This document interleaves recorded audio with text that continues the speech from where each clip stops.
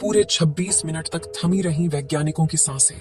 लेकिन फिर आदित्य सूर्ययान की दहाड़ सुन झूम उठे इसरो की टीम। दोस्तों, 15 सितंबर के दिन रात के करीब 2 बजे, जब पूरे देश के लोग गहरी नींद में सो रहे थे, तभी इसरो की बेंगलुरु ऑफिस में डर और चिंता का माहौल छाया हुआ था। क्योंकि वैज्ञानिक आदित्य सूर्ययान का पता पाए जा रहे थे और आदित्य L1 को सबसे कठिन कमान देने वाले थे, जिससे आदित्य L1 धरती को अलविदा कहने के लिए पृथ्वी की आखिरी कक्षा में प्रवेश लेने वाला था। आदित्य L1 के इंजन चालू करते ही रात में करीब 26 मिनट तक इंजन को चालू रखा गया और फिर आदित्य सूर्ययान ने वो कर दिखाया जिसको देखकर दुनिया भर के स्पेस एजेंसी भी हैरान रह गई। इस काम को अंजाम इसरो के बेंगलुरु हेडक्वार्टर में बैठे वैज्ञानिक दे रहे थे। लेकिन अब आपके दिमाग में यह सवाल आ रहा होगा कि आखिर इसरो को रात में ही आदित्य सूर्ययान के इंजन को चालू क्यों करना पड़ा, और इसके बारे में इसरो ने रात में ही ट्वीट करके जानकारी भेज दी। इस समय आदित्य सूर्ययान पृथ्वी की लास्ट ऑर्बिट में प्रवेश कर चुका है और काफी तेज रफ्तार से अपनी ऑर्बिट में आगे की ओर बढ़ रहा है। दोस्तों, जब से आदित्य L1 पृथ्वी से अपनी मंजिल की ओर निकला है, तब से लोगों के मन में सवाल आ रहा है, आखिर कब सूरज के पास जाकर आदित्य मुसाफिर जानकारी और तस्वीरें भेजने वाला है। हम बताने जा रहे हैं कि अभी इसने क्या खुशखबरी दी है और साथ ही आपको यह भी बताएंगे कि अभी पृथ्वी से कितने किलोमीटर दूर चला गया है और सूरज के L1 पॉइंट पर कब तक पहुंचेगा।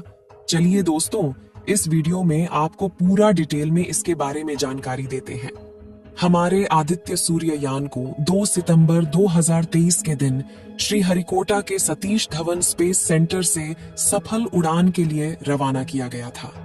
आपको बता दें कि आज के दिन इसे अंतरिक्ष में भेजा जाएगा और अंतरिक्ष में जाते ही यह काफी तेज रफ्तार से धरती से 15 लाख किलोमीटर दूरी पर स्थित L1 पॉइंट की ओर बढ़ेगा।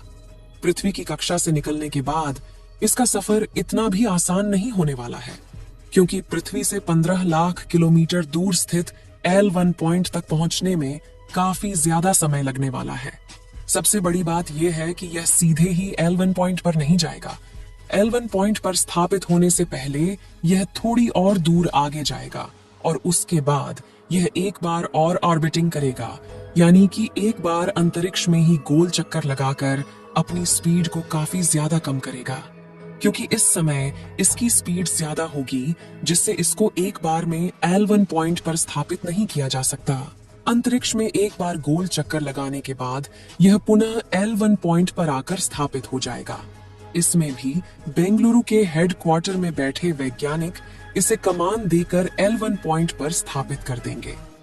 आपको बता दें कि L1 पॉइंट अंतरिक्ष में एक ऐसा पॉइंट है जो कि पृथ्वी से लगभग 15 लाख किलोमीटर की दूरी पर स्थित है और इस पॉइंट पर मौजूद किसी भी स्पेसक्राफ्ट पर पृथ्वी का और सूरज का गुरुत्वाकर्षण बल एक समान होता है, जिसके कारण बिना किसी ऊर्जा के किसी अन्य स्पेसक्राफ्ट को L1 पॉइंट पर स्थापित किया जा सकता है और L1 पॉइंट लगातार बिना किसी रुकावट के सूरज की स्टडी करने की अनुमति देता है।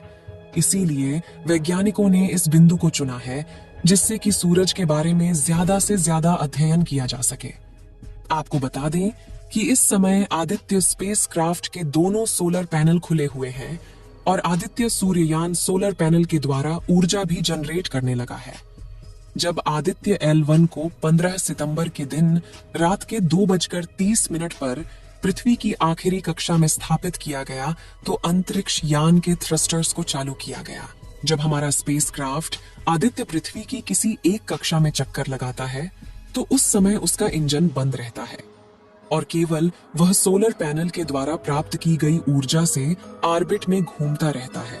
ऐसे में जब भी उसकी ऑर्बिट को चेंज करना होता है, तो उसमें लगे इंजन यानी थ्रस्टर्स को चालू करके उसके ऑर्बिट को चेंज किया जाता है। साथियों, अगर हम चंद्रयान 3 के प्रज्ञान रोवर और विक्रम लैंडर की बात करें, तो इसरो के वैज्ञानिकों ने बताया कि इस समय गहरी नींद में सो रहे हैं और उस जगह पर काला अंधेरा छाया हुआ है। वहां पर इतना अंधेरा है कि इस समय विक्रम लैंडर दिखाई नहीं दे सकता। चांद के दक्षिणी ध्रुव का तापमान इस समय -250 डिग्री सेल्सियस के करीब है। इतनी कड़कती ठंड में भी हमारा विक्रम लैंडर गहरी नींद में शांत से सोया हुआ है। और इसरो के वैज्ञानिकों ने बताया कि 22 सितंबर आने वाला है और फिर से यह दोनों चांद की सुबह का इंतजार कर रहे हैं। आपको बता दें कि चांद पर सुबह होने पर जब सूर्य की किरण इनके सोलर पैनल पर पड़ेगी तो इनकी बैटरी चार्ज हो जाएगी और उसके बाद यह पुनः फिर से चांद पर खोज करने के लिए निकल जाएंगे। आपको बता दें कि इस बार यह चांद पर हाइड्रोजन की खोज करेगा जिससे चांद पर पानी होने की पुष्टि की जा सके।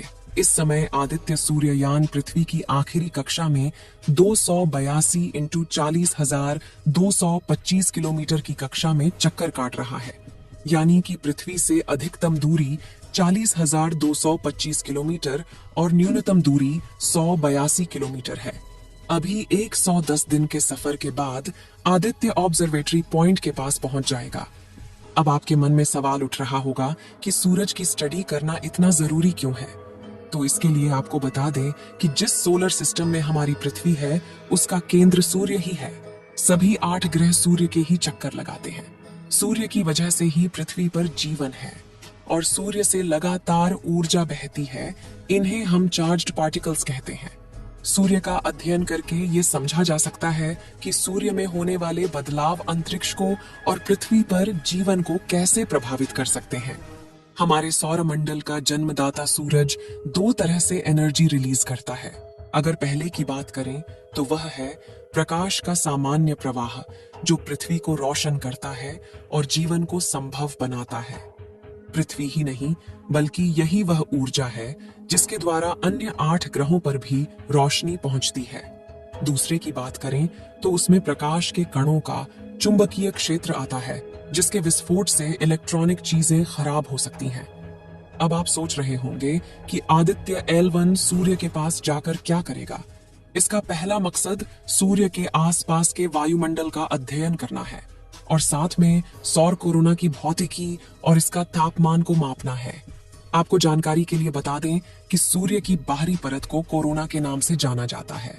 इसका दूसरा मकसद कोरोनल और कोरोनल लूप प्लाज्मा का निदान करना और इसमें तापमान, वेग और घनत्व की जानकारी निकालना और सूर्य के आसपास हवा की उत्पत्ति, संरचना और गतिशीलता को जांचना है। आप सभी लोग आदित्य सूर्ययान के सफल होने की दुआएं कमेंट बॉक्स में करते रहें।